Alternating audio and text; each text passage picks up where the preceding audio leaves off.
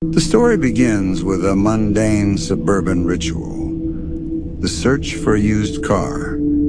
Heather, a young woman looking for independence, finds an ad for a Datsun Z. It feels like a bargain, but as she settles into the driver's seat for a test drive, the ordinary atmosphere curdles. The stranger beside her isn't a seller, he's a predator. In a flash of violence, the test drive becomes a nightmare. Heather is overpowered, losing consciousness as she is abducted into the shadows of Seattle. While Heather's clock begins to tick, we are introduced to the members of the FBI's Behavioral Analysis Unit, BAU, not as heroes, but as people with lives interrupted. Aaron Hotchner, the team leader, is at home with his pregnant wife, Haley.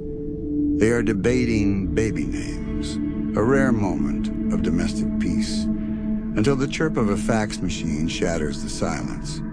The BAU is calling. Derek Morgan is at a bar surrounded by female FBI trainees. He's charming, confident, and showing off his knowledge with trivia about the world's most prolific serial killers. But the fun ends the second his phone vibrates. Jason Gideon, the unit's legend, is currently on medical leave following a traumatic case in Boston that left several agents dead. We find him in a lecture hall teaching the next generation of profilers. He introduces the concept of the Unsub, unknown subject, and dissects the footpath killer, a ghost of a murderer Gideon has been chasing in his yard. He points out that killers leave signatures, subtle patterns like a specific stutter or a way of arranging a crime scene. Dr. Spencer Reed, the team's wunderkind, pulls Gideon aside. The situation is dire. A killer dubbed Z4 Sale, the Seattle Strangler, has claimed 3 victims. His MO is terrifyingly disciplined. He abducts women, holds them for exactly 7 days, and slowly suffocates them. Heather is now victim number 4. We see her confined in a cold, industrial cage. The Strangler doesn't just want her life, he wants her fear. He meticulously trims her fingernails, a grooming ritual that serves as a chilling warning of the total control he exerts over her body. As the team assembles on a private jet to Seattle, the internal politics of the BAU emerge. Hotchner has a secret assignment. He's been ordered to evaluate Gideon's mental fitness. Is the legendary profiler a liability? Morgan certainly thinks so, eyeing Gideon with a mix of respect and deep-seated doubt. Upon arrival, the investigation kicks into high gear. While the local police want to canvass streets, the BAU looks for the why and the who. Reed connects the dots between the victims and the car ads, realizing the Datsun Z wasn't just a car, it was the lure. Gideon stands before the local authorities and delivers a profile that sounds more like a ghost story than a police report. He describes a man who blends in. He is a white male in his late 20s who looks like your neighbor. Is organized but inadequate. He suffers from piquerism, finding sexual gratification through stabbing or cutting, because he is physically or emotionally inadequate in normal relationships. Is a police groupie. He doesn't run from the law. He hovers near them, fascinated by the investigation he sparked. Drives a specific image, likely a Jeep Cherokee with tinted windows. Something that looks authoritative but provides a mobile kill room.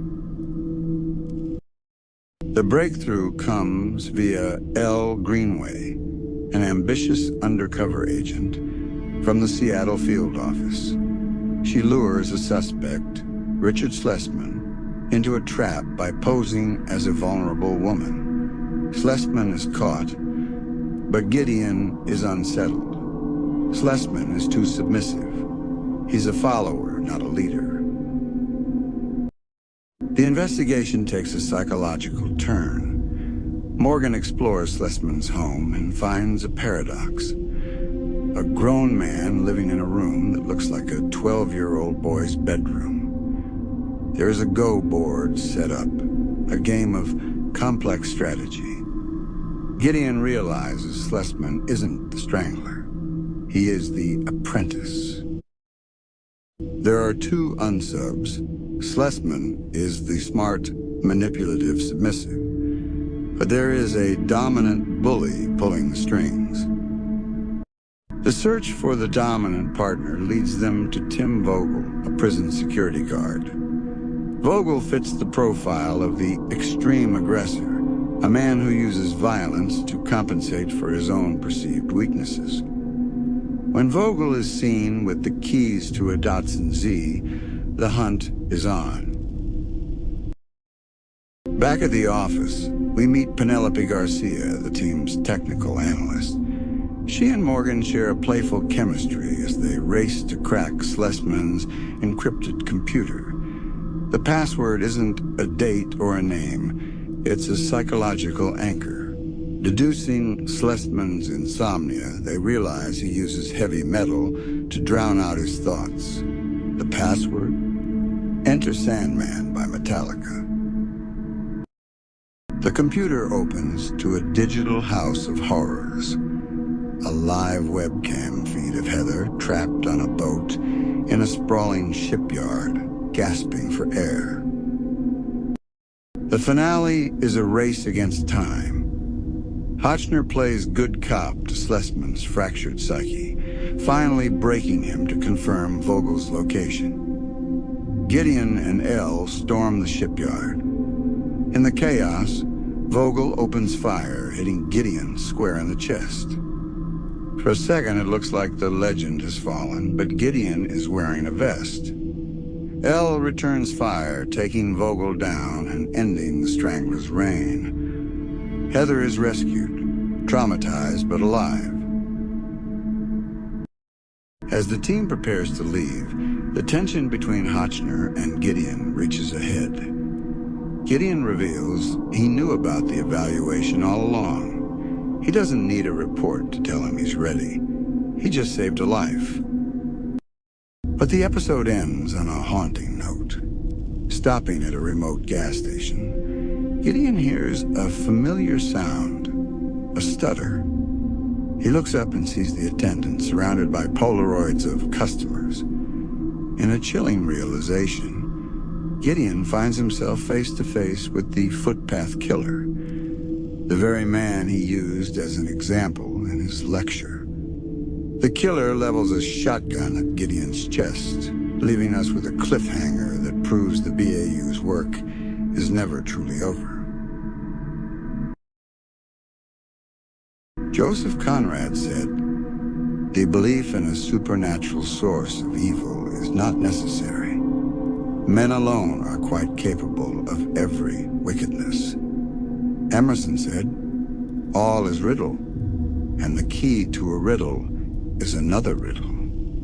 Winston Churchill said, "The farther backward you can look, the farther forward you will see." Nietzsche once said, "When you look long into an abyss, the abyss looks into you."